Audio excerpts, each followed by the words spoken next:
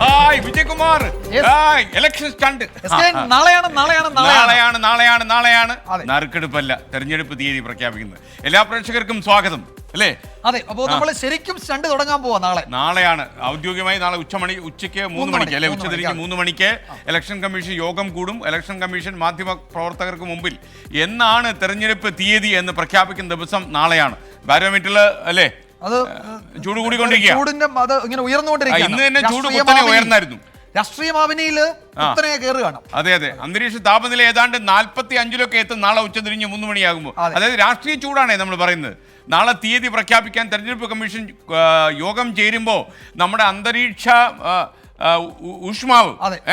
ഊഷ്മാവ് ഏതാണ്ട് 45 ഡിഗ്രിയിൽ രാഷ്ട്രീയ ബാരോമീറ്ററിൽ കയറും എന്നാണ് അറിയുന്നത്. രാജ്യം എന്ന് വിധി എഴുതുമെന്നുള്ള കാര്യമാണ് നാളെ പ്രഖ്യാപിക്കുക. എന്തായാലും പ്രധാനമന്ത്രി പത്തനംതിട്ടയിൽ ഇന്ന് പ്രസംഗം നടത്തി. 400 എന്നാണ് അദ്ദേഹം ഉറപ്പിച്ചു പറഞ്ഞത്. മലയാളത്തിൽ പറഞ്ഞു, നമുക്ക് മനസ്സിലായില്ലെന്ന് വിചാരിച്ചാണല്ലേ.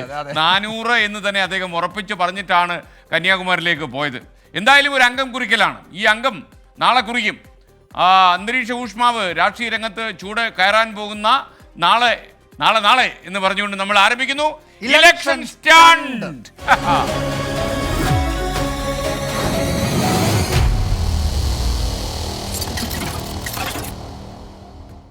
വിജയകുമാർ, ഇന്ന് പ്രധാനമന്ത്രി വന്നു പത്തനംതിട്ടയിൽ അല്ലേ? യഥാർത്ഥത്തിൽ നല്ല ആൾക്കൂട്ടം ഉണ്ടായിരുന്നു. പിന്നെ SK നേരത്തെ പറഞ്ഞതുപോലെ ഇത്തവണ 400-ലധികം എന്നത് ഹിന്ദിയിലും മലയാളത്തിലും പറഞ്ഞ് സദസ്സിനെ കൊണ്ട് ഏറ്റുപറയിപ്പിച്ചിട്ടൊക്കെയാണ് അദ്ദേഹം ഇവിടെ നിന്ന് തെലങ്കാനയിലേക്ക് പോയത്. മാത്രമല്ല എനിക്കൊന്ന് ദക്ഷിണേന്ത്യ കൂടുതൽ ഫോക്കസ് ചെയ്യുന്നുണ്ട്. അതെ, കന്യാകുമാരിയിലാണ് ഇന്ന് നടന്നത്. അത് കഴിഞ്ഞ് പത്തനംതിട്ടയ്ക്ക് വന്നു, തെലങ്കാനയിലേക്ക് പോയി. ആദ്യം കന്യാകുമാരി, പിന്നെ പത്തനംതിട്ട. പിന്നെ ഇനി അടുത്ത ആഴ്ച വീണ്ടും കോയമ്പത്തൂർ വരുന്നുണ്ട്. കോയമ്പത്തൂര് ഇന്ന് കുറെ പ്രശ്നങ്ങളുണ്ടായി. അത് നമ്മൾ പോകെ പരിശോധിക്കും. അതെ, പ്രധാനമന്ത്രി വന്ന് അതിനിശ്ചിതമായ രാഷ്ട്രീയ ചർച്ചയ്ക്ക് തുടക്കമിട്ടു കഴിഞ്ഞു. ഇടത് ഐക്യമുന്നണികൾക്ക് ഇവിടെ ശത്രുക്കളും ഡൽഹിയിൽ ബന്ധുക്കളുമാണെന്ന് പ്രധാനമന്ത്രി പറഞ്ഞു. രണ്ടും അഴിമതിക്കാരാണെന്നും പ്രധാനമന്ത്രി തന്നെ ഇന്ന് പറയുകയും സദസ്സിനെ കൊണ്ട് പറയിപ്പിക്കുകയും ചെയ്തു. വരും ദിവസങ്ങളിലും വലിയ രാഷ്ട്രീയ ചർച്ചകൾ ഇതേ ചൊല്ലി ഉണ്ടാകുമെന്നതിൽ തർക്കമില്ല. ഇതാ നമ്മൾ തുടങ്ങുന്നു ഇലക്ഷൻ ഹോട്ട്.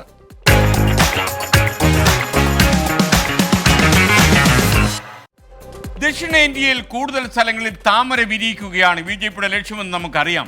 പ്രധാനമന്ത്രി നരേന്ദ്രമോദി ദക്ഷിണേന്ത്യൻ സംസ്ഥാനങ്ങളിൽ വരുന്നതും ഇതേ ലക്ഷ്യത്തോടെ തന്നെയാണ്, അതിൽ സംശയമൊന്നുമില്ല. കേരളത്തിൽ ഇത്തവണ താമര വിരിയുമെന്നാണ് പ്രധാനമന്ത്രി ഉറപ്പിച്ചു പറയുന്നത്. കന്യാകുമാരിയിലും പത്തനംതിട്ടയിലുമായിരുന്നു ഇന്ന് പ്രധാനമന്ത്രിയുടെ പൊതുയോഗങ്ങൾ. ലോക്സഭയിൽ NDA 400 കടക്കുമെന്ന് രണ്ടിടത്തും അദ്ദേഹം ആവർത്തിച്ചു. അതത് സംസ്ഥാനങ്ങളിലെ സർക്കാരുകളെ കടന്നാക്രമിച്ചായിരുന്നു അദ്ദേഹത്തിന്റെ പ്രസംഗങ്ങൾ. ദക്ഷിണേന്ത്യയിൽ 130 ലോക്സഭാ സീറ്റുകളാണുള്ളത്. 2019-ൽ BJP നേടിയത് 29 സീറ്റുകൾ. കർണാടകയിലെ സുമലതയുടെ സീറ്റ് കൂടി കൂട്ടിയാൽ BJP ജയിച്ച മണ്ഡലങ്ങൾ 30ആയി. കർണാടക, തെലങ്കാന, ആന്ധ്രാപ്രദേശ്, തമിഴ്നാട്, പുതുച്ചേരി, കേരളം എന്നീ സംസ്ഥാനങ്ങളും ലക്ഷദ്വീപും ചേർന്നാൽ തെക്കേ ഇന്ത്യയായി. കർണാടകയിലെ 26ഉം തെലങ്കാനയിലെ 4 സീറ്റുകളിൽ കഴിഞ്ഞ തവണ BJP വിജയിച്ചു. തമിഴ്നാട്, ആന്ധ്രാപ്രദേശ്, കേരളം, പുതുച്ചേരി, ലക്ഷദ്വീപ് എന്നിവിടങ്ങളിൽ BJPക്ക് നിരാശയായിരുന്നു ഫലം. ഇത്തവണ പക്ഷേ കരുതലോടെയാണ് നീക്കം. കേരളത്തിൽ 6 സീറ്റിൽ വിജയിക്കുമെന്നാണ് BJPയുടെ അവകാശവാദം. 2 അക്കം കടക്കുമെന്ന് പ്രധാനമന്ത്രി. കേരള में कमल खिलने जा रहा है. अब की बार 400 पार. अब की बार इत्तमण 400-ലധികം LDF और UDF ने अपनी आंखें बंद कर रखी है. केरला में कानून व्यवस्था का हाल भी बहुत बुरा है. यहां तक कि चर्च के पादरी भी हिंसा के शिकार हो रहे हैं. കേരളത്തിൽ BJPയുടെ വോട്ട് വിഹിതത്തിൽ ഗണ്യമായ വർധനവ് ഓരോ തെരഞ്ഞെടുപ്പിലും ഉണ്ടാകുന്നുണ്ട്. തിരുവനന്തപുരം, തൃശൂർ, ആറ്റിങ്ങൽ, പാലക്കാട്, കാസർഗോഡ്, പത്തനംതിട്ട മണ്ഡലങ്ങളാണ് BJP ഉന്നമിടുന്നത്. കർണാടക കഴിഞ്ഞാൽ കൂടുതൽ സീറ്റ് നേടാമെന്ന് BJP കരുതുന്ന ദക്ഷിണേന്ത്യൻ സംസ്ഥാനം തമിഴ്നാടാണ്. 2014 പൊൻ രാധാകൃഷ്ണൻ കന്യാകുമാരിയിൽ വിജയിച്ചിരുന്നു. ഇക്കുറി കുറഞ്ഞത് 5 സീറ്റെങ്കിലും ലക്ഷ്യമിടുന്നുണ്ട് ബി.ജെ.പി. തമിഴ് സംസ്കാരത്തെ ആവർത്തിച്ചു പുകഴ്ത്തിയും ചെങ്കോൽ രാഷ്ട്രീയം ഉപയോഗിച്ചും നരേന്ദ്രമോദി തമിഴ് മണ്ണിനെ പാകപ്പെടുത്തുന്നുണ്ട്. എന്നാൽ ദ്രാവിഡ രാഷ്ട്രീയം ആഴത്തിൽ പതിഞ്ഞ തമിഴകത്ത് താമര വിരിയിക്കൽ ദുഷ്കരമാകും. തമിഴ്നാട് സർക്കാരിനും DMK-ക്കുമെതിരെ വലിയ വിമർശനമാണ് പ്രധാനമന്ത്രി നടത്തുന്നത്. कांग्रेस गठबंधन कन्याकुमारी के लोगों को सजा देने का कोई मौका नहीं छोड़ती. डीएमके तमिलनाडु के भविष्य के दुश्मन है, और सिर्फ दुश्मनी ऐसा नहीं है. डीएमके तमिलनाडु के अतीत की उसकी विरासत की भी दुश्मन है. കർണാടകയിൽ കഴിഞ്ഞ തവണ ജയിച്ച 26 സീറ്റുകൾ നിലനിർത്താനാവുമോ എന്ന ആശങ്ക ബി.ജെ.പിക്കുണ്ട്. സംസ്ഥാന ഭരണത്തിൽ കോൺഗ്രസാണ്. തെലങ്കാനയിലും ഭരണം പിടിച്ചു കോൺഗ്രസ്. ആ ആത്മവിശ്വാസം ഇത്തവണയും ദക്ഷിണേന്ത്യയിൽ കോൺഗ്രസിനുണ്ട്. ആന്ധ്രാപ്രദേശിൽ ലോക്സഭാ തെരഞ്ഞെടുപ്പിനൊപ്പമാണ് നിയമസഭാ തെരഞ്ഞെടുപ്പ്. തെലുങ്കുദേശം നടൻ പവൻ കല്യാണിന്റെ ജനസേന പാർട്ടി എന്നിവയുമായി സഖ്യത്തിലാണ് ബി.ജെ.പി. ഈ സഖ്യത്തിലാണ് കേന്ദ്ര നേതൃത്വത്തിന്റെ പ്രതീക്ഷ. ചുരുക്കത്തിൽ സഖ്യനിപ്പുറവും താമരപ്പാടം കൊയ്യാനാണ് ബി.ജെ.പി. നീക്കം. Election desk 24. വിജയകുമാർ, നമുക്ക് ഒരു ചൂടുള്ള വാർത്ത വരുന്നുണ്ട്. നമ്മളത് ഇവിടെ ബ്രേക്ക് ചെയ്താലോ? ഇപ്പൊ തന്നെ ബ്രേക്ക് ചെയ്ത. അപ്പൊ ഒരു കാര്യം ചെയ്യാം, 24 ഇലക്ഷൻ ബ്രേക്ക്.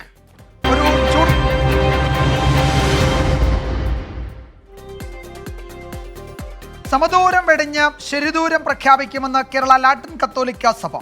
സമദൂരത്തിൽ നിന്ന് മാറാനാണ് സഭയുടെയും കാത്തലിക് അസോസിയേഷന്റെയും തീരുമാനമെന്ന് ലത്തീൻ കത്തോലിക്ക അസോസിയേഷൻ സംസ്ഥാന പ്രസിഡന്റ് അഡ്വക്കേറ്റ് ഷെറി 24നോട് പറഞ്ഞു.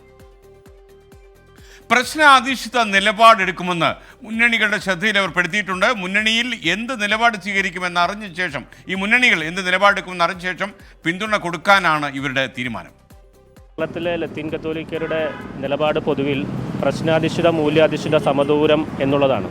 പക്ഷേ അത് എല്ലാ കാലത്തും സമദൂരമായി തന്നെ നിലനിൽക്കണമെന്നില്ല. ചില ഘട്ടങ്ങളിൽ അത് ശരിദൂരമായിട്ട് വരും.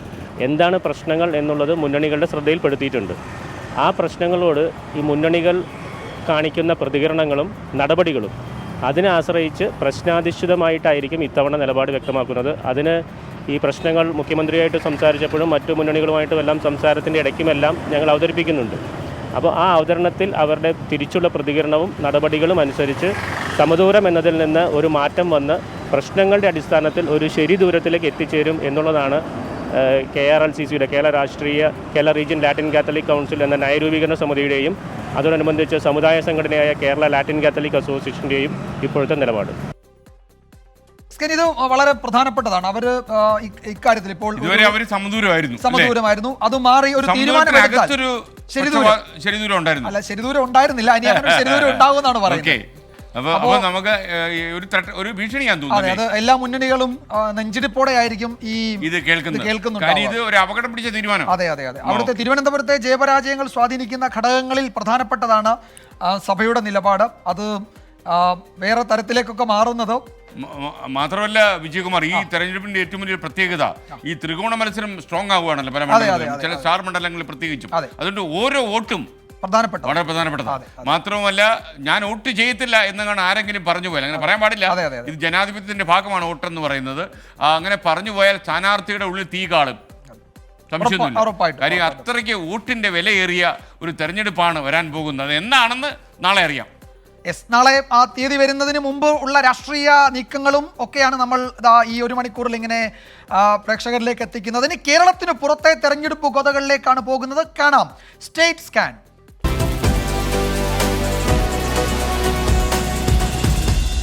വിജയകുമാർ, നരേന്ദ്രമോദിയുടെയും അമിത്ഷായുടെയും ഗുജറാത്തിൽ ഇത്തവണയും സമ്പൂർണ്ണ വിജയമാണ് BJP പ്രതീക്ഷിക്കുന്നത്.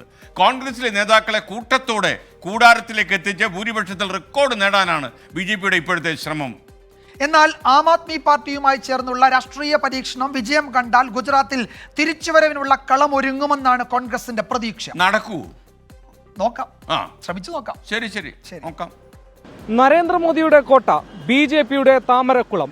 കഴിഞ്ഞ 2 ലോക്സഭാ തെരഞ്ഞെടുപ്പിലും ഗുജറാത്തിൽ കോൺഗ്രസിനെ സമ്പൂജ്യരാക്കിയ പാർട്ടി ഇത്തവണയും ലക്ഷ്യമിടുന്നത് മുഴുവൻ സീറ്റ്. ഗുജറാത്ത് സംസ്ഥാനം രൂപീകരിച്ചത് 1960-ൽ. 1962 നടന്ന ആദ്യ തെരഞ്ഞെടുപ്പ് മുതൽ കോൺഗ്രസിന്റെ കോട്ടയായിരുന്ന സംസ്ഥാനം പതിയെ BJP പക്ഷത്തേക്ക് ചാഞ്ഞു തുടങ്ങിയത് 1980കളിലാണ്. പിന്നീട് BJPക്ക് തിരിഞ്ഞു നോക്കേണ്ടി വന്നില്ല. 2001 മുഖ്യമന്ത്രിയായ നരേന്ദ്രമോദി 2014 പ്രധാനമന്ത്രി പദത്തിനായി പോരിനിറങ്ങിയ വർഷമാണ് കോൺഗ്രസ് ആദ്യമായി ഒരു സീറ്റ് പോലും ജയിക്കാനാകാതെ നിലം പരിശായത്. നരേന്ദ്രമോദി ഫാക്ടർ ഏറ്റവും അധികം ആഞ്ഞടിക്കുന്ന സംസ്ഥാനമാണ് ഗുജറാത്ത്. ഒരു പരിധിവരെ എതിരാളികളില്ലാതെ കുതിക്കുകയാണ് സംസ്ഥാനത്ത് BJP. കഴിഞ്ഞ ലോക്സഭാ തെരഞ്ഞെടുപ്പിൽ ഏതാണ്ട് 63% പേരുടെ വോട്ട് പിന്തുണയാണ് BJPക്ക് ലഭിച്ചത്. കോൺഗ്രസിനാവട്ടെ ഇതിന്റെ പാതിയും. കഴിഞ്ഞ തവണ പല മണ്ഡലങ്ങളിലും 2 ലക്ഷത്തിലേറെ വോട്ട് നേടിയാണ് സ്ഥാനാർത്ഥികൾ ജയിച്ചത്. ഇപ്പോഴത്തെ പാർട്ടി അധ്യക്ഷൻ CR പാട്ടീൽ ജയിച്ചതാകട്ടെ 6 ലക്ഷത്തിലേറെ വോട്ടിന്റെ വിജയ മാർജിനിൽ. ഇത്തവണ എല്ലായിടത്തും 5 ലക്ഷം വോട്ടിന്റെയെങ്കിലും വ്യത്യാസത്തിൽ എതിരാളികളെ തറ പറ്റിക്കണമെന്നാണ് ലക്ഷ്യം. വിജയിക്കാൻ BJP സ്ഥാനാർത്ഥികൾക്ക് സംസ്ഥാനത്ത് വലിയ ബുദ്ധിമുട്ടുകൾ ഉണ്ടാവില്ല എന്നാണ് വിലയിരുത്തൽ. എന്നാൽ ലക്ഷ്യം BJPക്ക് വിജയ മാർജിനാണ്. കോൺഗ്രസ് നേതാക്കളെ ചാക്കിട്ട് പിടിക്കുന്നത് ഈ ലക്ഷ്യത്തിലേക്കാണ്. കഴിഞ്ഞ 20 വർഷത്തിനിടെ MP-മാരും MLA-മാരുമായി ഏതാണ്ട് 80ഓളം കോൺഗ്രസ് നേതാക്കൾ പാർട്ടി വിട്ട് BJPയിലേക്ക് എത്തി എന്നതാണ് കണക്ക്. ഏറ്റവും ഒടുവിൽ വന്നത് മുൻ പ്രതിപക്ഷ നേതാവും PCC അധ്യക്ഷനുമൊക്കെയായിരുന്ന അർജുൻ മോദുവാദിയ. പോർബന്തറിൽ നിന്നുള്ള മുതിർന്ന MLA-യായ അർജുൻ മോദാദിയുടെ കൂടുമാറ്റം തിരഞ്ഞെടുപ്പിന് മുൻപ് കോൺഗ്രസിന് കിട്ടിയ വൻ ഷോക്കാണ്. പാർട്ടി വർക്കിംഗ് പ്രസിഡന്റ് അംബരീഷ് ധറും ഒപ്പം പോയി. 4 MLA-മാരാണ് കഴിഞ്ഞ മാസങ്ങളിൽ BJPയിലേക്ക് പോയത്. ഇനി ശേഷിക്കുന്നത് 13 പേർ. തെരഞ്ഞെടുപ്പ് ഒരുക്കങ്ങളിൽ നേതാക്കളെ ഒപ്പം നിർത്താനുള്ള തന്ത്രങ്ങളും ഒരുക്കേണ്ട ഗതികേടിലാണ് കോൺഗ്രസ്. ആം ആദ്മി പാർട്ടിയുമായുള്ള സഖ്യത്തിൽ കണ്ണുവയ്ക്കുകയാണ് കോൺഗ്രസ്. നിലവിൽ 4 MLA-മാരുള്ള പാർട്ടിയാണ് ഗുജറാത്തിൽ ആപ്പ്. ബറൂച്ചിലും ഭാവ്നഗറിലും ഓരോ സീറ്റ് ലോക്സഭാ തെരഞ്ഞെടുപ്പിലും സഖ്യത്തിൽ അവർക്ക് കിട്ടി. വോട്ട് വിഭജനം ഒഴിവാക്കാൻ ഈ സഖ്യം സഹായിക്കുമെന്നതാണ് പ്രതീക്ഷ. ഫലം വരുമ്പോൾ അറിയാം ഈ പരീക്ഷണങ്ങളുടെ വിജയ മാർജിൻ. വരുൺ വി നായർക്കൊപ്പം മുംബൈയിൽ നിന്നും ശ്രീനാഥ് ചന്ദ്രൻ, 24. ചില നല്ല ഇൻട്രസ്റ്റിംഗ് ആയിട്ടുള്ള ചില ഒബ്സർവേഷൻ വന്നിട്ടുണ്ട്. സജി മാങ്കോട ഈ മാങ്കോടിനെ കൊണ്ട് നമ്മൾ തോറ്റ്. ഇതേ പരിപാടി ഇന്നലെ SK ഇട്ട കോട്ട് ഇന്ന് വിജയണ്ണനും വിജയണ്ണ ഇട്ട കോട്ട് SK അണ്ണനും ഇട്ടേക്കുന്നു. അതാണ് അണ്ണാ സ്നേഹം. സ്നേഹമല്യണ്ണ വലുത്. സ്നേഹമാണ് അഖില സാരം ഊഴിയിലണ്ണ അല്ലേ? അതുപോലെ ഇന്നും +1 സ്റ്റുഡന്റ് നീതി അവനെന്താ ഇന്നും പ്രശ്നം നമ്മൾ പരിഹരിച്ച പ്രശ്നം മുഖ്യ നമ്മുടെ മന്ത്രി ശിവൻകുട്ടിയൊക്കെ ഇടപെടുത്തി അദ്ദേഹം ഗൗരവമായിട്ടത് നോക്കാമെന്നൊക്കെ പറഞ്ഞാണല്ലോ. ഇന്നും ജസ്റ്റിസ് ഫോർ +1 സ്റ്റുഡന്റ് ഇനി വേറെ പ്രശ്നം ഉണ്ടായോ? പുതിയ പ്രശ്നമില്ല, അവരാ പഴയ പ്രശ്നം വീണ്ടും നിങ്ങളുടെ പ്രശ്നം എന്താന്ന് പറയണം. എന്തായാലും ഇനി മന്ത്രി വീട്ടിൽ വിളിച്ചു കഴിഞ്ഞാൽ അങ്ങേര് ചിലപ്പോ പ്രശ്നം ഉണ്ടാക്കും കേട്ടോ. വിജയകുമാർ, വെട്ടൊന്ന് മുറി 2 രണ്ടാകണമല്ലോ. അതിനെ കുറിച്ചാണ് ഞാൻ പറയാൻ പോകുന്നത്. നമ്മൾ ആരംഭിക്കുന്നു. വെട്ടൊന്ന്.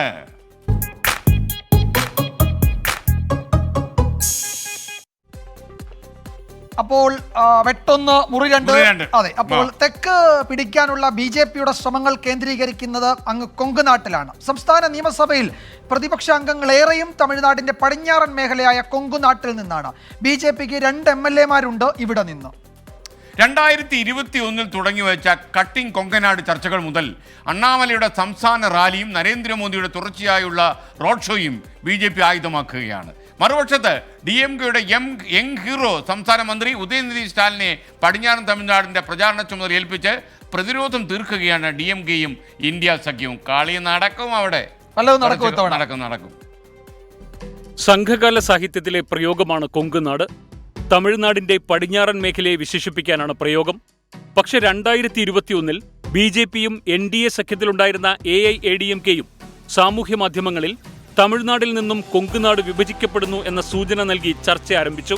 അതേ വർഷം സംസ്ഥാന നിയമസഭയിലേക്ക് BJP ജയിച്ച 4 സീറ്റുകളിൽ 2 ഈ പ്രദേശത്ത് നിന്നായിരുന്നു. മാത്രമല്ല, കൊങ്കുനാട് സങ്കല്പത്തിൽ ഉൾപ്പെടുന്ന കോയമ്പത്തൂർ, സേലം, തിരുപ്പൂർ, ഈറോഡ്, കരൂർ, നാമക്കൽ, നീലഗിരി മേഖലയിലെ അസംബ്ലി സീറ്റുകളിലേറെയും AIADMKയും പാട്ടാളി മക്കൾ കക്ഷിയും ജയിച്ചു കയറി. ഇക്കുറി തെക്കിനെ നോട്ടമിടുന്ന മോദി സംഘത്തിന്റെ ലക്ഷ്യവും കോയമ്പത്തൂരും സേലവും കേന്ദ്രമായ പടിഞ്ഞാറ് തന്നെ. കൊങ്കുനാട്ടുക്ക് ദേശീയ മുഖങ്ങളെ അണിനിരത്താൻ തന്നെയാണ് BJP നീക്കം. പക്ഷെ 2019 പരീക്ഷയിൽ കൊങ്കുനാട് മേഖലയിലെ 7 പാർലമെന്റ് സീറ്റുകളിൽ ഒന്നുപോലും പാസ്സാവാൻ NDAയ്ക്കായില്ല. പ്രദേശത്തോട് ചേർന്ന് കിടക്കുന്ന ഡിണ്ടിഗൽ, ധർമ്മപുരി സീറ്റുകളിലും വിജയം DMKയ്ക്കായിരുന്നു. അതേസമയം കരുതലോടെയാണ് DMK നീക്കം. യുവരക്തം ഉദയനിധി സ്റ്റാലിൻ നേരിട്ട് നിന്ന് നയിക്കും വിധമാണ് കൊങ്കുനാട്ട് പ്രതിരോധ തന്ത്രം. കോയമ്പത്തൂരും നീലഗിരിയിലും സേലത്തും രാമനാഥപുരത്തും സ്വാധീനമുള്ള മക്കൾ നീതിമയ്യം ഇന്ത്യ മുന്നണിയിലുണ്ട്. കമൽഹാസനും പ്രചാരണത്തിനെത്തും. കൊങ്കുദേശ മക്കൾ പാർട്ടി ഇത്തവണയും പ്രദേശത്ത് DMKയ്ക്ക് കരുത്താകുമെന്നാണ് അവരുടെ കണക്കുകൂട്ടൽ. എന്നാൽ മേഖലയിലെ ഭൂരിപക്ഷ ജാതി കൊങ്കു വെള്ളാള ഗൗണ്ടർ വിഭാഗത്തിന്റെ പാർട്ടി കൊങ്കുനാട് മുന്നേറ്റക്കഴകം BJP പാളയത്തിലാണ്. VK ശശികല പിന്നിൽ നിന്നും TTV ദിനകരൻ മുന്നിൽ നിന്നും നയിക്കുന്ന അമ്മ മക്കൾ മുന്നേറ്റക്കഴകം NDAയിലുണ്ട്. മുൻ മുഖ്യമന്ത്രിയും പുറത്താക്കപ്പെട്ട AIADMK നേതാവുമായ O പനീർസെൽവം BJPയെ തുണയ്ക്കും. നടൻ ശരത് കുമാർ തന്റെ പാർട്ടിയോടെ BJPയിൽ ലയിച്ചു. എന്നാൽ സംഘടനാശേഷി കുറഞ്ഞ ചെറിയ ആൾക്കൂട്ടങ്ങളാണ് മുന്നണിയിലെത്തിയതെന്ന വിലയിരുത്തലാണ് BJP കേന്ദ്ര നേതൃത്വത്തിന്. ഇതുവരെ മനസ്സു തുറക്കാത്ത പാട്ടാളി മക്കൾ കക്ഷിയെ മുന്നണിയിലേക്ക് തിരികെ എത്തിക്കണമെന്ന ശാസന സംസ്ഥാന നേതൃത്വത്തിനുമേലുണ്ട്. വിജയകാന്തിന്റെ DMDKയെ ഒപ്പം ചേർക്കാനും ശ്രമം ഊർജിതമാണ്. NDA വിപുലീകരിക്കുകയല്ലാതെ അടിക്കടിയുള്ള ദേശീയ നേതാക്കളുടെ സന്ദർശനവും റോഡ് ഷോയും മാത്രം ഗുണം ചെയ്യില്ലെന്ന വിലയിരുത്തലും BJPക്കുണ്ട്. News desk 24. വിജയകുമാർ, ഈ ആമിന ചോദിക്കുന്നു, നിങ്ങൾ എന്തോ ലോട്ടറി കച്ചവടമാണ്? നമ്മൾ പറഞ്ഞില്ലേ നാളെയാണ്. എൻ്റെ ആമിന നാളെ 3 മണിക്ക്, ഉച്ചതിരിഞ്ഞ് 3 മണിക്ക് എന്നാണ് ഇന്ത്യയിൽ തെരഞ്ഞെടുപ്പ് നടക്കുക തീയതി പ്രഖ്യാപിക്കും election commission. Political bumper lottery തന്നെയാണ്. പൊളിറ്റിക്കൽ ബമ്പർ ലോട്ടറി യഥാർത്ഥത്തിലെ പല ആൾക്കാരുടെ നറുക്ക് വീഴുകയും നറുക്ക് ഇല്ലാതാവുകയും ഒക്കെ ചെയ്യുന്ന തെരഞ്ഞെടുപ്പാണ്. വലിയൊരു ജനാധിപത്യ ഉത്സവമാണ് നടക്കാൻ പോകുന്നത്. അതിൻ്റെ തീയതി അറിയാൻ നമ്മളൊക്കെ വളരെ ഉത്കണ്ഠാകുലരായിട്ടിരിക്കുകയായിരുന്നു. ആ ഉത്കണ്ഠയ്ക്ക് അറുതിയാകും നാളെ. മറ്റൊരു കാര്യം ഒരാൾ ചോദിക്കുന്നു, റെജി തോമസ്. വിജയകുമാർ മറുപടി പറഞ്ഞാൽ മതി. SKN വിജയകുമാർ, നിങ്ങൾ എന്തുകൊണ്ടാണ് 2020യെ കുറിച്ച് പറയാത്തത്? അതൊരിക്കലും ശരിയല്ല വിജയകുമാർ. 2020യെ കുറിച്ച് അവര് 2020യുടെ തെരഞ്ഞെടുപ്പ് പ്രചാരണം ഇപ്പോൾ എറണാകുളം മണ്ഡലത്തിൽ നടക്കുന്നുണ്ട്, ചാലക്കുടിയിൽ നടക്കുന്നുണ്ട്. വളരെ സജീവമായി 2020 തെരഞ്ഞെടുപ്പ് പ്രചാരണ രംഗത്തുണ്ട്. ഇത്തവണ 2020 BJPക്കൊപ്പമാകുമെന്ന് ചെറിയ കഥകളുണ്ടായിരുന്നു. ഒന്നും നടന്നില്ല. അവരത് പൂർണ്ണമായും നിഷേധിച്ചു. ഒറ്റയ്ക്ക് നിൽക്കാൻ തീരുമാനിച്ചു. 2020 പിടിക്കുന്ന വോട്ടുകൾ പ്രത്യേകിച്ച് ചാലക്കുടിയിൽ ഡൽഹിക്ക് പറന്നു, BJP നേതാക്കളെ കണ്ടു, അങ്ങനെയൊക്കെ കഥകളുണ്ട്. അത് നമുക്ക് സ്ഥിരീകരിക്കാൻ വലിയൊരു വ്യവസായില്ലേ, അറിയപ്പെട്ട വ്യവസായിയാണ്, അല്ലെ വ്യാവസായിക ആവശ്യമെല്ലാം പോയതായിരിക്കും അല്ലേ? അങ്ങനെയും പറയാം.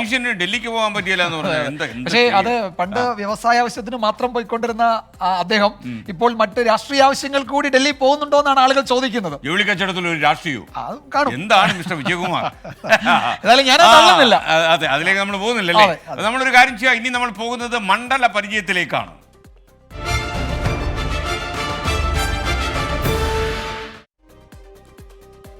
SKN ചോദ്യം ഇതാണ്, കനലാളുമോ കെടുമോ? എവിടുത്തെ കാര്യമായിരിക്കും എന്ന് SKN ഊഹിക്കാമല്ലോ. എനിക്കത് അങ്ങോട്ട് കിട്ടുന്നില്ല. മറ്റൊരിടത്തെയും അല്ല, ആലപ്പുഴയിലെ കാര്യം. തീർച്ചയായിട്ടും 2019 LDF ജയിച്ച ഏക മണ്ഡലമായ ആലപ്പുഴ തിരിച്ചുപിടിക്കാൻ AICCയുടെ സംഘടനാ ചുമതലയുള്ള ജനറൽ സെക്രട്ടറിയെ തന്നെ ഇത്തവണ ഇറക്കിയിരിക്കുകയാണ് കോൺഗ്രസ്. അതും രാജ്യസഭയിൽ അദ്ദേഹത്തിന്റെ കാലാവധി ബാക്കിയുള്ളപ്പോൾ. 2 വട്ടമാണ് ആലപ്പുഴയിൽ നിന്ന് KC വേണുഗോപാൽ ജയിച്ചത്. അതുകൊണ്ട് തന്നെ ഓരോ മുക്കും മൂലയും അദ്ദേഹത്തിന് അറിയാം. സുപരിചിതനാണ് അവിടെ.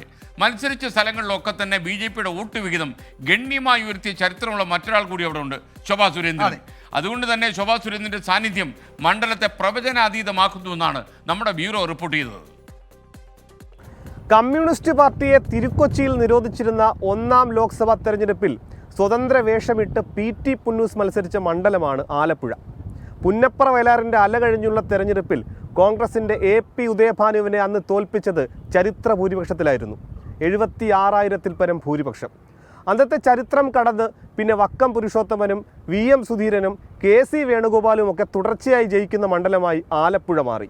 7 നിയമസഭാ മണ്ഡലങ്ങൾ, അതിൽ ഹരിപ്പാട്, കരുനാഗപ്പള്ളി മണ്ഡലങ്ങൾ ഒഴികെ എല്ലാ സീറ്റും LDFനൊപ്പമാണ്. എന്നാൽ 1977 മുതൽ 2019 വരെ നടന്ന 12 ലോക്സഭാ തെരഞ്ഞെടുപ്പുകളിൽ 8ലും വലതുപക്ഷത്തിനൊപ്പമായിരുന്നു ആലപ്പുഴ. 2019 19 സീറ്റുകളും നഷ്ടമായപ്പോൾ അന്നുയർത്തിയ പരിഹാസങ്ങൾക്ക് കനലൊരു തരിമതിയെന്നായിരുന്നു പാർട്ടിയുടെ പ്രതിരോധം. കടപുഴകാതെ കനൽത്തരിയായി AM ആരിഫ് വിജയം വരിക്കുകയും ചെയ്തു. പക്ഷേ ഇക്കുറി കാര്യങ്ങൾ അത്ര എളുപ്പമല്ല. എതിരാളികൾ ഒട്ടും നിസ്സാരക്കാരുമല്ല. കണ്ണൂരുകാരനെങ്കിലും KC വേണുഗോപാൽ തന്റെ രാഷ്ട്രീയ ജീവിതം തുടങ്ങുന്നത് ആലപ്പുഴയിൽ നിന്നാണ്. 1996 മുതലുള്ളതാണ് ആ ഹൃദയബന്ധം. തീർച്ചയായും നല്ല ആത്മവിശ്വാസമാണ്. ഇപ്പോൾ ഇന്നോടത്തോടുകൂടി നിയോജകമണ്ഡലം കൺവെൻഷൻ കഴിഞ്ഞു. നല്ല ആത്മവിശ്വാസമാണ്. പ്രവർത്തകർ അവർ ആഞ്ഞിറങ്ങുന്നുണ്ട്. ജനങ്ങൾക്കും താല്പര്യമുണ്ടെന്നാണ് എൻ്റെ മനസ്സിൽ തോന്നുന്നത്. കഴിഞ്ഞ തവണ 10,000-ൽ പരം വോട്ടിനാണ് AM ആരിഫ് UDF സ്ഥാനാർത്ഥി ഷാനിമുൾ ഉസ്മാനെ തോൽപ്പിച്ചത്.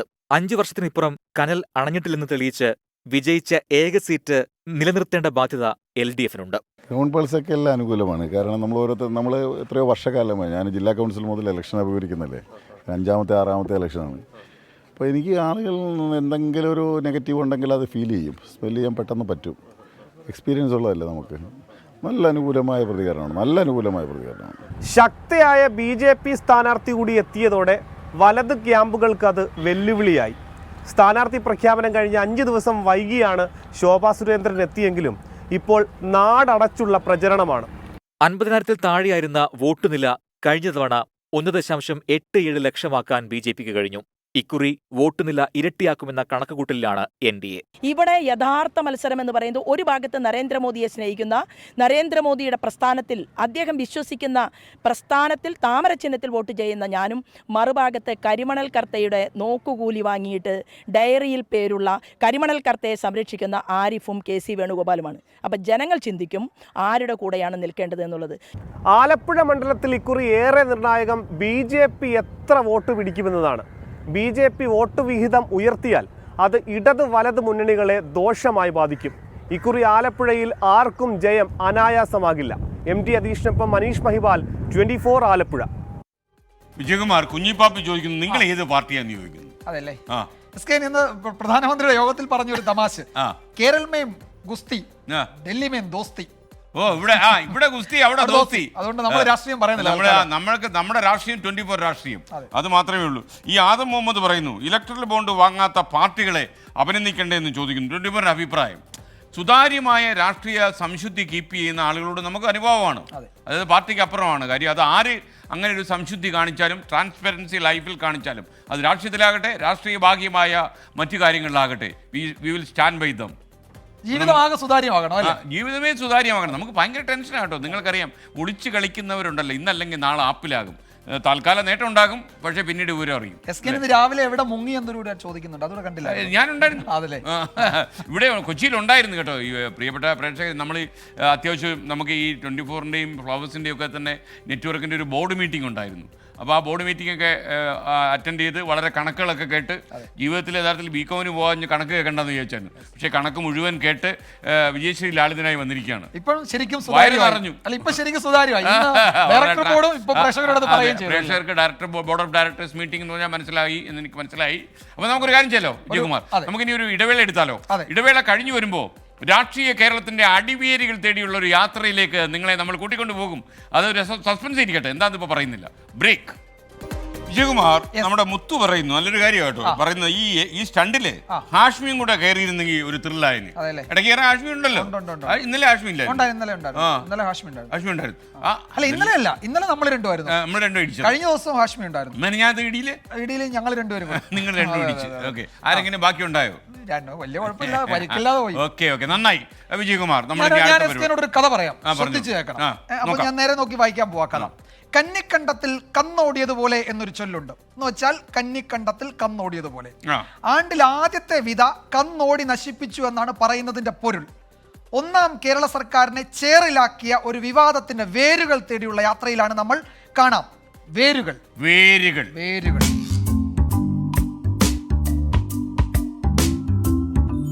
അരങ്ങ് വാഴുന്നത് കെ റൈസും ഭാരത് റൈസുമാണ്. 66 വർഷം മുമ്പ് 1957 2ാം ലോക്സഭാ തെരഞ്ഞെടുപ്പ് കാലത്ത് കേരളത്തിലെ പൗരന്മാർക്ക് അരി എത്തിച്ചു കൊടുത്ത ഒരു സംഭവമുണ്ട്. അതാണ് പിന്നീട് ആന്ധ്ര അരി വിവാദം. ഐക്യ കേരളത്തിലെ ആദ്യത്തെ വലിയ അഴിമതി ആരോപണമായിരുന്നു ആന്ധ്ര അരി കുംഭകോണം. 1 രൂപയ്ക്ക് 2.25 കിലോ അരി കിട്ടുന്ന കാലമാണ്. അന്ന് ആന്ധ്രയിൽ നിന്ന് കേരളത്തിലേക്ക് അരി കൊണ്ടുവന്നതിൽ 1 കോടി രൂപയുടെ അഴിമതി എന്നായിരുന്നു ആരോപണം. ഇന്നത്തെ സഹസ്ര കോടിക്ക് മുകളിൽ വരും അന്ന് ആ തുകയുടെ മൂല്യം. 1 കോടി. ഇനി ആന്ധ്ര അരിയുടെ വേരുകൾ തേടി നമ്മൾ ഒരു യാത്ര പോകുന്നു. വേരുകളിൽ ആന്ധ്ര അരി. അതെ വിജയകുമാർ, ഈ ആന്ധ്ര അരി കുംഭകോണം എന്തെന്നറിയണ്ടേ? കുംഭകോണത്തിലേക്ക് 1957 ഡിസംബർ 14 സംസ്ഥാന നിയമസഭയിൽ നക്ഷത്ര ചിഹ്നമിട്ട ചോദ്യത്തിന് ഭക്ഷ്യമന്ത്രി KC ജോർജ് നൽകിയ മറുപടി. ആന്ധ്രയിൽ നിന്ന് കേരളം 5000 ടൺ അരി വാങ്ങി. അതിൽ 3160 ടൺ ചാക്കൊന്നിന് 36 രൂപ 14 അണ 6 പൈ വിലയ്ക്കും 1845 ടൺ ചാക്കൊന്നിന് 36 രൂപ 2 അണ 6 പൈസ നിരക്കിലുമാണ് വാങ്ങിയത്. അന്ന് ചോദ്യം എഴുതിക്കൊടുത്ത പിന്നീട് KPCC പ്രസിഡന്റായ ആലുവ MLA TO ബാവ 6 ദിവസത്തിനു ശേഷം സഭയിൽ എഴുന്നേറ്റ് നിന്നു.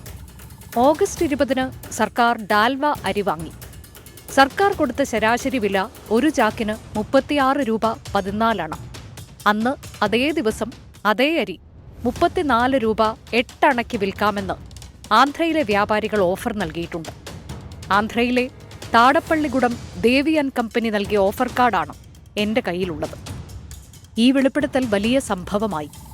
1 ടൺ അരി എന്നാൽ അന്ന് 14 ചാക്കാണ്. ഒരു ചാക്കെന്നാൽ 87 കിലോ.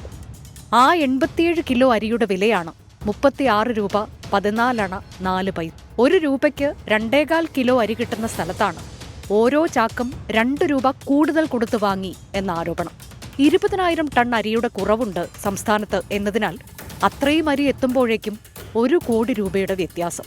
ഇത് പത്രങ്ങളുടെയൊക്കെ 1-ാം പേജിൽ 8 കോളം വാർത്തയായി. 1 കോടിയുടെ അഴിമതി എന്ന പേരിൽ. CPI മുഖപത്രം ഇതിനെ പ്രതിരോധിച്ചത് സഭയിൽ KC ജോർജ് ഉന്നയിച്ച മറുചോദ്യം കൊണ്ടാണ്. TO ബാവ ഹാജരാക്കിയ കൊട്ടേഷൻ ആർക്ക് ലഭിച്ചതാണ് എന്നായിരുന്നു KC ജോർജിന്റെ ചോദ്യം. ആലുവയിൽ അരി വ്യാപാരിയായ സ്വന്തം പിതാവിന് ലഭിച്ചത് എന്ന് TO ബാവ സഭയിൽ തന്നെ മറുപടി നൽകി. അരിയുടെ കരാർ ലഭിക്കാത്തതിൽ ശുണ്ഠിമൂത്ത ആലുവയിലെ വ്യാപാരികളുണ്ടാക്കിയ കള്ളക്കണക്ക് എന്നായിരുന്നു സർക്കാരിന്റെ മറുവാദം.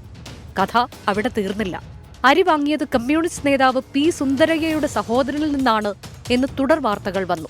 അരി വാങ്ങിയത് T. ശ്രീരാമലു N. സൂര്യനാരായണൻ എന്ന കമ്പനി മുഖേനയായിരുന്നു. ആന്ധ്രാക്കാരാണെങ്കിലും കമ്പനിയുടെ ആസ്ഥാനം മദ്രാസാണ്. ശ്രീരാമലു അറിയപ്പെടുന്ന കോൺഗ്രസ് നേതാവ്. പൊറ്റ ശ്രീരാമലു എന്ന ആന്ധ്രയിലെ കോൺഗ്രസിന്റെ തലതൊട്ടപ്പന്റെ സഹോദരൻ. ഇവരുടെ സഹോദരിയുടെ മകനാണ് സൂര്യനാരായണൻ. മുഴുവൻ പേര് P. സൂര്യനാരായണൻ. ഈ P. സൂര്യനാരായണനാണ് P. സുന്ദരയ്യയുടെ സഹോദരനാണെന്ന് ഏതോ കോൺഗ്രസ് നേതാവ് കവലപ്രസംഗത്തിലെ പഞ്ചിനു വേണ്ടി ഉപയോഗിച്ചതും പിറ്റേന്ന് പത്രങ്ങളിലെല്ലാം വാർത്തയായതും. അപ്പോൾ ഇത് വലിയൊരു വിവാദമായി മാറി. നിയമസഭയിൽ ചർച്ച വന്നപ്പോൾ മുഖ്യമന്ത്രി EMS ഇതേക്കുറിച്ച് ജുഡീഷ്യൽ അന്വേഷണം നടത്തുന്നതാണ് എന്ന് പ്രഖ്യാപിച്ചു. ഹൈക്കോടതിയിലെ സിറ്റിംഗ് ജഡ്ജിയെ വിട്ടുതരാനായിട്ട് അഭ്യർത്ഥിച്ചു. അതുകൊണ്ട് പ്രതിപക്ഷം തൽക്കാലം അടങ്ങി. ഹൈക്കോടതി ജഡ്ജിയായിരുന്ന PT രാമൻ നായർ ഇതേക്കുറിച്ച് അന്വേഷിച്ചു. അഡ്വക്കേറ്റ് ജനറലായിരുന്ന സൂര്യനാരായണ അയ്യരാണ് കമ്മീഷന് മുമ്പിൽ സർക്കാരിന് വേണ്ടി ഹാജരായത്. കോൺഗ്രസ് നേതാവ് കൂടിയായിരുന്ന പ്രമുഖ അഭിഭാഷകൻ കളത്തിൽ വേലായുധൻ നായരാണ് കോൺഗ്രസിന് വേണ്ടിയിട്ട്, പ്രതിപക്ഷത്തിന് വേണ്ടിയിട്ട് കമ്മീഷനിൽ ഹാജരായി. അത് വലിയൊരു വിവാദമായി തീർന്നു. ആ കമ്മീഷൻ റിപ്പോർട്ടിൽ പണം കൈക്കൂലിയായിട്ട് കൈപ്പറ്റിയതിന് പ്രത്യേകിച്ച് തെളിവൊന്നുമില്ല. അതേസമയത്ത് ഈ തിടുക്കപ്പെട്ടുണ്ടാക്കിയ ഈ ഇടപാടിൽ ഒഴിവാക്കാമായിരുന്ന നഷ്ടം വരുത്തി വെച്ചു എന്ന ഒരു കണ്ടെത്തലുണ്ട്. Election desk 24. ജയകുമാറെ, CP നായർ ഒരു ചോദ്യം ചോദിച്ചേക്കുന്നു.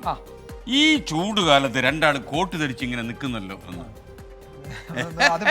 വേറെ വഴിയില്ല. അതെ. പിന്നെ ഉണ്ണികൃഷ്ണൻ ഒരു നടക്കാത്ത കാര്യം പറഞ്ഞിരിക്കുന്നു. ഉണ്ണികൃഷ്ണൻ പറയുന്നത് ഈ പരിപാടി ചെയ്യാൻ സ്മിത മാഡത്തിനും പ്രവിത മാഡത്തിനും പറ്റുമല്ലോ. SKN ഈ ലോകത്ത് ഈ പരിപാടി ചെയ്യാൻ ഞങ്ങൾ 3 പേർക്ക് മാത്രമേ കഴിയൂ. ഞാനും വിജയകുമാറും പിന്നെ ഹാഷ്മി താജ് ഇബ്രാഹിം നാടകന്നു. ചുമ്മാ പറഞ്ഞതാ. ഈ സ്മിത ഹരിദാസ് എന്നല്ല, ഈ നാട്ടിലുള്ള ഏത് അവതാരർക്കും ഇറങ്ങി ഈ പരിപാടി ഇലക്ഷൻ സ്റ്റണ്ട് അടുത്ത പരിപാടി. അപ്പോൾ നമ്മൾ അടുത്ത സെഗ്മെന്റിലേക്ക് പോവുകയാണ്. പ്രചാരണത്തിനിടെ മിന്നായം പോലെ വരുന്ന സംഭവങ്ങളിലേക്കാണ്. ഇടിവെട്ട് കേസ് എന്ന് വേണമെങ്കിൽ നമുക്ക് പറയാം. ഇതാ മിന്നൽ.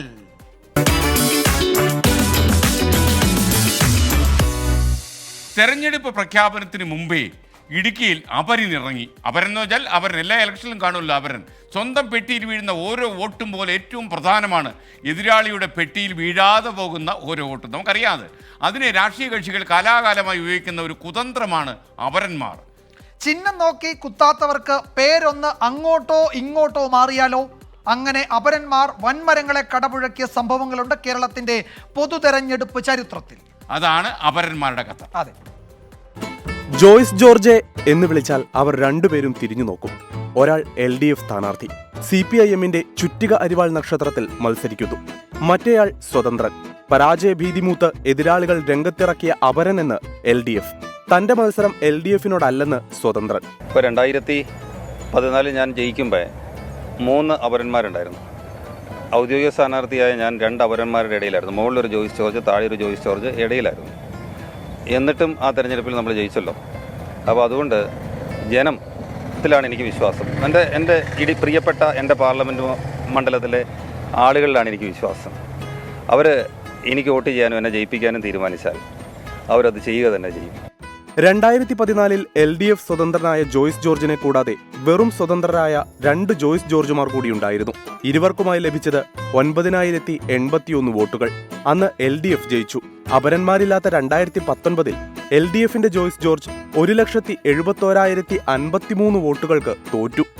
തെരഞ്ഞെടുപ്പിലെ അപരചരിത്രത്തിൽ പ്രശസ്തമാണ് 2004 ആലപ്പുഴ. സ്വതന്ത്രനായ VS സുധീരൻ 8282 വോട്ടുകൾ നേടിയപ്പോൾ തെറ്റിയത് കോൺഗ്രസിന്റെ കണക്ക്. കരുത്തനായ VM സുധീരൻ CPIMന്റെ KS മനോജിനോട് വെറും 1009 വോട്ടിന് തോറ്റു. കരിമണൽ ഖനനത്തിന് വേണ്ടി കരിമണൽ കമ്പനി വളരെ കാര്യമായി ശ്രമിച്ചിരുന്നു. അന്നത്തെ സർക്കാരിൻ്റെ ഒരു അനുവാദവും കിട്ടിയിരുന്നു. പക്ഷെ അതിനെതിരെ ശക്തമായ പോരാട്ടം നടത്തിയതിൻ്റെ ഒരു പ്രതികാരം, ആ പോരാട്ടത്തിൻ്റെ ഫലമായി അവർക്കതിൽ നിന്നും പിന്തിരിയേണ്ടി വന്നു. അതിന് വലിയൊരു പ്രതികാരമാണ് അവർ ആ തെരഞ്ഞെടുപ്പ് രംഗത്ത് നടത്തിയത്. അവർ ഒരുപാട് കാര്യങ്ങൾ ചെയ്തു, ഒരുപാട് ചതിപ്രയോഗങ്ങൾ ചെയ്തു. പക്ഷെ അതിലൊന്നായിരുന്നു ഈ അപരൻ പ്രയോഗം. 2009 കോഴിക്കോട്ട് അപരന്മാരുടെ മത്സരമായിരുന്നു. കോൺഗ്രസിന്റെ MK രാഘവനു ബദലായി M രാഘവനും K രാഘവനും. ഇരുവരും ചോർത്തിയത് 2773 വോട്ട്. CPIMന്റെ PA മുഹമ്മദ് റിയാസ് നേരിട്ടത് Riyas, PA Muhammad Riyas, K Muhammad Riyas, P Muhammad Riyas എന്നിങ്ങനെ 4 അപരന്മാരെ. എല്ലാവരും ചേർന്ന് പിടിച്ചത് 4843 വോട്ടുകൾ. CPIM തോറ്റതാകട്ടെ വെറും 838 വോട്ടിന്. 1996 തൃശൂരിൽ സാക്ഷാൽ K കരുണാകരൻ CPIയുടെ VV രാഘവനോട് 1480 വോട്ടുകൾക്ക് തോറ്റപ്പോൾ സ്വതന്ത്രനായിരുന്ന KK കരുണാകരൻ കൊണ്ടുപോയത് 2186 വോട്ടുകളാണ്. 2004 ലോക്സഭാ മണ്ഡലമായിരുന്ന മൂവാറ്റുപുഴയിൽ NDA സ്ഥാനാർത്ഥി PC തോമസ് LDFന്റെ PM ഇസ്മായിലിനേക്കാൾ 529 വോട്ട് അധികം നേടി. മത്സരത്തിനുണ്ടായിരുന്ന മറ്റു 3 ഇസ്മായിലുമാർക്കു കൂടി ലഭിച്ചതാകട്ടെ 3569 വോട്ടുകളാണ്. മതവികാരം ചൂഷണം ചെയ്തതിന് PC തോമസിന്റെ വിജയം പിന്നീട് റദ്ദാക്കിയെങ്കിലും ലോക്സഭയിൽ പോകാൻ PM ഇസ്മായിലിന് കഴിഞ്ഞില്ല. 2019 വയനാട്ടിലെത്തിയ രാഹുൽ ഗാന്ധിക്കും നേരിടേണ്ടി വന്നു 2 അപരന്മാരെ. Rahul Gandhi KE, Rahul Gandhi KK.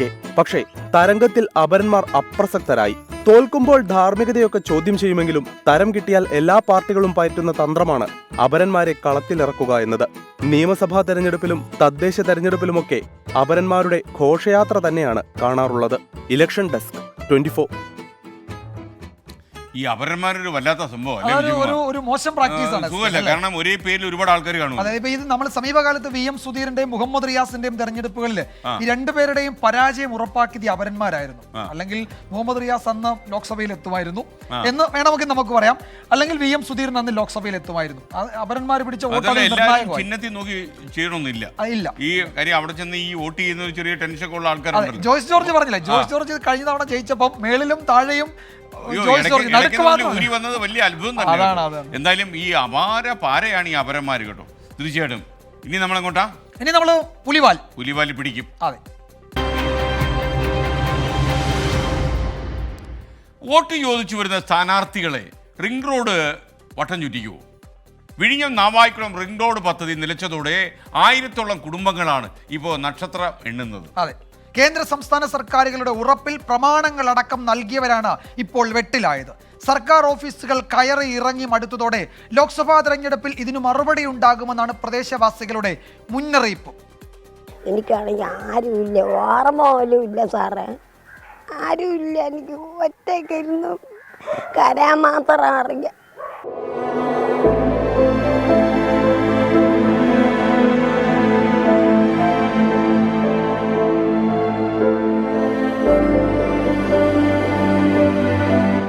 ചന്ദ്രികാമ്മയെപ്പോലെ ആരുമില്ലാത്തവരും എല്ലാം ഉണ്ടായിട്ടും ഒന്നും ചെയ്യാൻ കഴിയാത്തവരുമാണ് ഇന്ന് ദുരിതത്തിലായത്.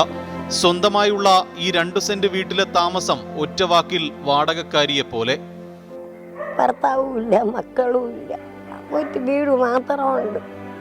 അത് മാത്രമേ ഉള്ളൂ. കിടക്കണ്ടേ, തരുമെങ്കിൽ വാങ്ങിച്ചാൽ മതി, ഇല്ലെങ്കിൽ വേണ്ട. എനിക്ക് മക്കളൊന്നുമില്ലല്ലോ, മക്കളില്ലെങ്കിൽ ഞാൻ വേറെ ആരുമില്ല സാറേ.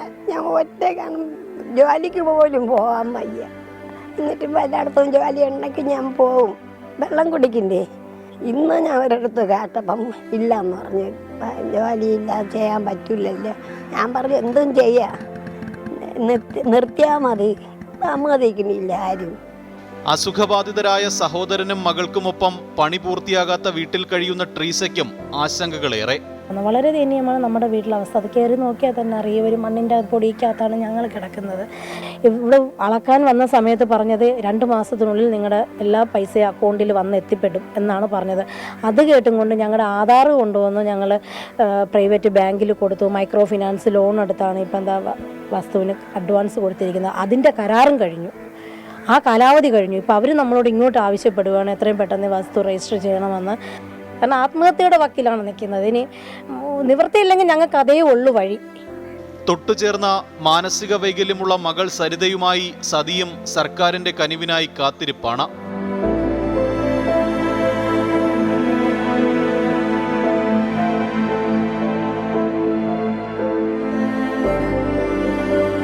എന്ത് ചെയ്യാൻ, ഭയങ്കര ഘട്ടത്തിൽ ഇത്തിരി പൈസ ഉണ്ടാകുന്ന ബാങ്ക് അതും തീർത്തു. പെൻഷൻ ഇനി ആശുപത്രി കൊണ്ടുപോകണം. എൻ്റെ കാലം വരെ പിന്നെ അപ്പം എങ്ങനെയും ചെയ്യാം. പദ്ധതി നടത്തിപ്പ് ഫണ്ടുമായി ബന്ധപ്പെട്ട കേന്ദ്ര സംസ്ഥാന തർക്കമാണ് അനിശ്ചിതാവസ്ഥയ്ക്ക് പിന്നിൽ. നൽകിയ ഉറപ്പുകളെല്ലാം പാഴായതോടെ ഈ ലോക്സഭാ തിരഞ്ഞെടുപ്പിൽ തിരിച്ചടി ഉണ്ടാകുമെന്ന് മുന്നറിയിപ്പ് നൽകുകയാണ് ദുരിതത്തിലായവർ. ഒന്നുകിൽ നിങ്ങൾ ഇതിനെ ഏറ്റെടുത്ത് ഞങ്ങൾ ഇട്ട വില തരിക, ഇല്ലെങ്കിൽ എത്രയും പെട്ടെന്ന് ഞങ്ങൾക്ക് ഈ നഷ്ടം വന്ന ഈ 2.5 ലക്ഷം രൂപയും പലിശയും അവരെ തന്നേ പറ്റുള്ളൂ. ഇല്ല ഞങ്ങളിനി എവിടെ നിന്ന് എടുക്കും? ഈ പ്രമാണം കൊണ്ട് തന്നാൽ ഞങ്ങൾ ഇനി എവിടെ പോകും? നമ്മുടെ സംസ്ഥാനത്ത് ഒരു വികസനം ഉണ്ടാകുന്നതിന് ഒത്തിരി സന്തോഷിച്ചവരാണ് ഞങ്ങളെല്ലാവരും. ഇനിയിപ്പോൾ ഇലക്ഷൻ ആകുമ്പോൾ എല്ലാവരും വരും വോട്ടിടാൻ വേണ്ടി. വോട്ടിടാൻ പോവില്ല, ഇട്ടിട്ടെന്തിന്. ഇവർ രണ്ടുപേരും കൂടെ ചേർന്നുള്ള ഞങ്ങൾ ജനങ്ങളെ കളിയാക്കിക്കൊണ്ടിരിക്കുകയാണ്. അതാണ് ശരിക്കും പറയാനുള്ളത്. കാരണം ഇവർക്ക് കൃത്യമായ ഒരു മറുപടി പറയാനില്ല. ഞാനും എൻ്റെ കുടുംബവും വോട്ട് ചെയ്യത്തില്ല. ഞങ്ങളുടെ വീട്ടിലേക്ക് ഇലക്ഷന് വോട്ട് ചോദിച്ചാലും വരികയും വേണ്ടെന്ന് ഓരോ പാർട്ടിക്കാരോടും പറഞ്ഞിട്ടുണ്ട്. ഇപ്പോൾ കക്കാനും വയ്യ, വിഴുങ്ങാനും വയ്യ, ആത്മഹത്യയുടെ വക്കിലാണ്. സ്വന്തമായി വീടും സ്ഥലവും ഉണ്ടായിട്ടും വാടകക്കാരായി കഴിയേണ്ടി വരുന്നവരുടെ വിലാപമാണ് ഈ കേട്ടത്. എല്ലാ വാതിലുകളും കൊട്ടിയടച്ചതോടെയാണ് ജനാധിപത്യ അവകാശം പോലും ബഹിഷ്കരിക്കാൻ ഇവർ തീരുമാനിച്ചത്. ക്യാമറമാൻ വിപിൻ വേളിക്കൊപ്പം MG പ്രതീഷ്, 24. വിജയകുമാർ, റെജി കല്ലേരി പറയുന്നു അപരന്മാർ അപാര പാറ തന്നെയാണ്. 24-നും എത്രയോ അപരന്മാരുണ്ട്. നേരാ നേരാ നേരാ നേരാ. അതുപോലെ മറ്റൊരു കാര്യം, നമ്മുടെ ഇദ്ദേഹം ഒരു ജോയ്സ് ജോർജ് പറയുന്നു, I am also a Joyce George. ഇലക്ഷനിക്കാൻ പോവാ, പാരാന്ന്. നിങ്ങൾ എന്തിനാ പാര വയ്ക്കാൻ പോകുന്നത്? മിനി ബാബു പറയുന്ന വിജയകുമാർ, നമുക്കൊന്ന് സഹായിക്കാം. നിങ്ങളുടെ ഈ സ്റ്റണ്ട് കാണാനാണ് ഞാൻ ഈ പരിപാടി കാണുന്നത്. അപ്പൊ ബ്രേക്കിലേക്ക് പോകുന്നതിന് മുമ്പ് നമുക്ക് മറ്റൊരു കാര്യം, ഇടവേള കഴിഞ്ഞു വരുമ്പോൾ തെരഞ്ഞെടുപ്പ് കാലത്തെ ചില പ്രസംഗങ്ങളുടെ കഥയിലേക്കാണ് നിങ്ങളുടെ ശ്രദ്ധ ക്ഷണിക്കുന്നത്. ഈ കഥ നടക്കുന്നത് കുറച്ചപ്പുറത്താണ്. ഇടവേള അല്ലേ? അയ്യോ, എന്നെ കൈ താഴ്ത്താൻ മറന്നു പോകണ്ടായിരിക്കും. അപ്പൊ ഞാൻ വിചാരിച്ചു എക്സാക്ട് പോയിന്റ് വെച്ചിട്ട് ബ്രേക്ക് അടിക്കുന്നു. അടിക്ക് ബ്രേക്ക്. പ്രേക്ഷകർക്ക് വീണ്ടും സ്വാഗതം. സ്റ്റണ്ട് തുടരുന്നു. അല്ല, നമ്മുടെ പവിത്രൻ പാതിരപ്പറ്റ പറയുന്നത് നല്ല ന്യായമായ ഒരു കാര്യമാണ് പുള്ളി പറയുന്നത്. നിങ്ങളുടെ ഈ സ്റ്റണ്ട് കഴിഞ്ഞിട്ട് വേണം കുളിക്കാൻ. അണ്ണാ പോയി കുളിക്കണ്ണ. അണ്ണൻ കുളിക്കാതിരിക്കണോ? അണ്ണ ഇത് കാത്തിരുന്ന് അണ്ണ എന്ത് പരിപാടി അണ്ണ. പ്രകാശൻ ബി കൂടെ പറഞ്ഞ കാര്യം നമുക്ക് കാര്യത്തിൽ കിടക്കാം. SKN സാംബശിവന്റെ കഥാപ്രസംഗത്തിൽ പോലെ ഈ കഥ നടക്കുന്നത് ഇവിടെയല്ല, അങ്ങ് ഉഗാണ്ടയിലാണ്. ഉഗാണ്ടയിലല്ല, ഇവിടെ തന്നെയാണ് നടക്കുന്നത്. വിജയകുമാർ, എങ്ങോട്ട് നടക്കും നമ്മൾ? അപ്പോൾ ഇനി നമ്മൾ SKN വോട്ടുകൾ ഉറപ്പിക്കാനുള്ള സ്ഥാനാർത്ഥികളുടെ പെടാപ്പാടിലേക്കുമാണ് ഇനി നമ്മൾ കടക്കുന്നത്. കാണാം മാന്യമഹാജനങ്ങളെ. അത് തന്നെയല്ലേ ഞാനും പറഞ്ഞു.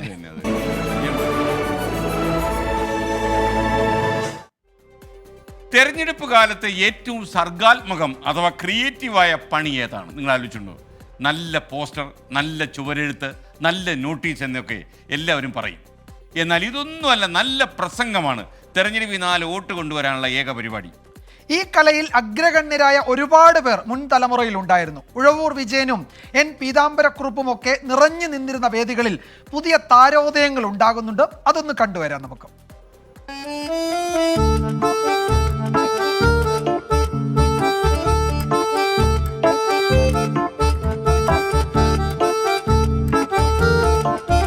ഉദ്ഘാടകനായി ക്ഷണിച്ചതിന് ഞാൻ അധ്യക്ഷനോടുള്ള പ്രത്യേകമായ നന്ദി ആദ്യമേ രേഖപ്പെടുത്തുകയാണ്. ശ്രീ എം വിജയകുമാർ അദ്ദേഹം ആശങ്ക പ്രകടിപ്പിച്ചത് നടക്കുമെന്ന്. കാരണം ഞാൻ പറഞ്ഞു അദ്ദേഹത്തോട് ഞാൻ അഭ്യർത്ഥിച്ചിട്ടുണ്ട്, അതുകൊണ്ട് അത് നടക്കുമെന്ന് പറഞ്ഞു, നടന്നു. കയ്യിൽ നല്ല രസികത്വമുണ്ടായിരുന്നു. അതുകൊണ്ടാണ് കട്ടപ്പുറത്തായിരുന്ന KSRTCയുടെ വളയം പിടിച്ച് 2.5 വർഷം മുഷിച്ചിലില്ലാതെ ഇരിക്കാൻ ആന്റണി രാജുവിന് കഴിഞ്ഞത്. ഇപ്പോൾ തിരുവനന്തപുരത്ത് പ്രചരണത്തിന്റെ സ്റ്റിയറിംഗ് പിടിക്കുന്നവരിൽ ഒരാളാണ്. ഇന്നത്തെ കോൺഗ്രസ്, നാളത്തെ BJP എന്ന് നമ്മൾ പറഞ്ഞാൽ അത് പലർക്കും ദഹിക്കാൻ ബുദ്ധിമുട്ടുണ്ട്. നമുക്കറിയാമല്ലോ, BJPയുടെ ഇന്നത്തെ സ്ഥാനാർത്ഥികൾ, ഇവിടെ NDAയുടെ സ്ഥാനാർത്ഥികളായി മത്സരിക്കുന്നവരുടെ ലിസ്റ്റ് എടുക്കുക. ഇപ്പോഴത്തെ കേരളത്തിൽ കണ്ണൂരിൽ മത്സരിക്കുന്നത് ആരാ? സി രഘുനാഥ് ആരാ? കേരളത്തിന്റെ പ്രിയങ്കരനായ മുഖ്യമന്ത്രി ശ്രീ പിണറായി വിജയനെതിരെ കോൺഗ്രസുകാരൻ മത്സരിപ്പിച്ചയാളാണ് ഈ സി രഘുനാഥ്. എപ്പോ 2.5 കൊല്ലങ്ങൾക്ക് മുമ്പ്. തിരുവനന്തപുരത്ത് പ്രസംഗം പൊടിപൊടിക്കുകയാണ്.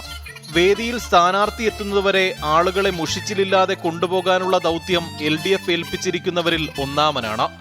അല്പസമയത്തിനകം സ്ഥാനാർത്ഥി പന്ന്യൻ രവീന്ദ്രൻ മൈതാനത്ത്. സ്ഥാനാർത്ഥിയെ സ്വീകരിക്കാൻ ജനങ്ങളുടെ തിരക്ക്. അതോടെ ആന്റണി രാജുവിന്റെ ഇടപെടൽ.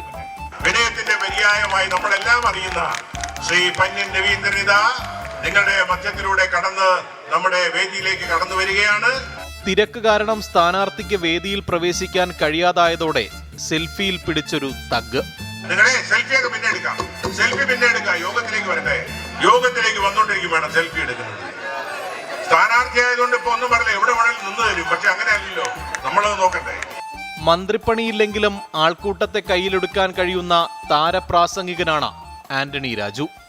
24 തിരുവനന്തപുരം. എന്നാൽ ഇത് പീതാംബരക്കുറുപ്പിന്റെ അത്രയും വരില്ല വിജയകുമാർ. പീതാംബരക്കുറുപ്പ് ഡൽഹിയിൽ നിന്ന് വലിയ നേതാക്കന്മാർ വരുമ്പോൾ നേതാക്കന്മാർ എയർപോർട്ട് ഇറങ്ങി വേദിയിൽ എത്തുന്നത് വരെ പ്രസംഗിക്കണം. 1.5 മണിക്കൂറൊക്കെ പ്രസംഗിച്ചിട്ടുണ്ട്. ഈ പ്രസംഗം കൈവിട്ട് പോയ സന്ദർഭമുണ്ട്. ഒരിക്കലും ഒരു സംഭവം ഉണ്ടായി. എനിക്കൊന്ന് സോണിയാഗാന്ധി പ്രസംഗിക്കാൻ വരുന്ന സമയത്താണ് അദ്ദേഹം പ്രസംഗിച്ച് തുടങ്ങി. സോണിയാഗാന്ധി സ്റ്റേജിൽ വന്നിട്ട് പ്രസംഗം നിർത്തുന്നില്ല. അപ്പോൾ AK ആന്റണി അടുത്ത് നിന്ന് ജുബയിൽ ഇങ്ങനെ പിടിച്ചു വലിച്ചു. പുള്ളി നിന്ന് ആടുന്നതല്ലാതെ പ്രസംഗം നിർത്തുന്നില്ല. കുറുപ്പിന്റെ ഉറപ്പെവിടെ? പീതാംബരക്കുറുപ്പ് സാറ് നിർത്തിയില്ല, വലിയ പാടുപെട്ടു നിർത്തിക്കാൻ. ഈ ഉഴവൂർ വിജയൻ അദ്ദേഹം നമ്മളോടൊപ്പം ഇല്ല. പക്ഷെ അദ്ദേഹം ഒരിക്കൽ എന്നോടൊരു കഥ പറഞ്ഞു. അതായത് അദ്ദേഹം പല പ്രസംഗങ്ങളും അവസാനിപ്പിക്കുന്നത് എങ്ങനെയാ, ഗുഡ് ബൈ എന്ന് പറഞ്ഞിട്ടാണ്. അത് SKന്റെ ഷോയിൽ നിന്ന് കിട്ടിയതാണ്. അദ്ദേഹം എന്നോട് പറഞ്ഞു. ഞാൻ പെട്ടെന്ന് ഇപ്പൊ അത് ഓർക്കുകയായിരുന്നു. അദ്ദേഹം എന്നോടൊരു ഇഷ്ടമുള്ള ആളായിരുന്നു. അദ്ദേഹം ഈ സരസമായി ഷോകളിൽ നിന്ന് കിട്ടിയതാണ്. നമ്മൾ തമ്മിൽ പരിപാടിയുടെ അന്ത്യം പുള്ളി കണ്ട് അങ്ങനെ ആയതാണെന്ന് പറഞ്ഞു. ഉഴവൂർ അദ്ദേഹം അല്ലേ, നമ്മൾ ഓർമ്മിക്കുന്നു അദ്ദേഹം ഒരു സരസൻ, നല്ല മനുഷ്യൻ. വിജയകുമാർ, ശക്തമായ ത്രികോണ മത്സരം നടക്കുന്ന തലസ്ഥാനത്തെ വോട്ടേഴ്സിന് എന്താണ് പറയാനുള്ളത്? ഒന്ന് കേട്ടു നോക്കിയാലോ നമുക്ക്. അവർക്ക് പലതും പറയാനുണ്ടാകും. തരൂരിനാണ് ചാൻസ്. പിന്നെ പന്ന്യൻ രവീന്ദ്രൻ സാറിന് നല്ല ഹോൾഡുണ്ട്, അതുകൊണ്ട് അയാൾക്കും ചാൻസ് ഉണ്ട്. അങ്ങനെ വലിയ വികസനം കൊണ്ടുവന്നിട്ടില്ല, പക്ഷെ അങ്ങനെ വ്യക്തിത്വത്തിന് കിട്ടും വോട്ട്. കമ്മ്യൂണിസ്റ്റ് ഭരണത്തിൽ എല്ലാവരും പരാജയപ്പെട്ടിരിക്കുകയാണല്ലോ. പൊതുവെ ജനങ്ങൾ ഇവിടെ സാധനങ്ങൾ വാങ്ങാൻ ഒരുപാട് പേര് വരുന്ന സ്ഥലമാണ്. ഇപ്പോഴത്തെ ഭരണത്തിൽ ആരും സാറ്റിസ്ഫൈഡ് അല്ല. എൻ്റെ ഒരു അഭിപ്രായത്തിൽ ഇത്തവണ കോൺഗ്രസ് വരുമെന്ന് തോന്നുന്നു. ഒരു പ്രതീക്ഷ BJP ആയിരുന്നു. എല്ലാ വർഷവും കൂടുതലും അടുത്ത് വരും, വിജയത്തിൻ്റെ അടുത്ത് വരും, ലാസ്റ്റ് വന്നാൽ കൊള്ളാമെന്നുള്ള ഒരു ഇതേ ഉള്ളൂ. തവണ BJPക്കാണ് ചാൻസ്. തിരുവനന്തപുരത്തിന് ഒരു മാറ്റം ഉദ്ദേശിക്കുന്നുണ്ട്, ഒരു പുരോഗമനത്തിന് വേണ്ടേ തിരുവനന്തപുരം.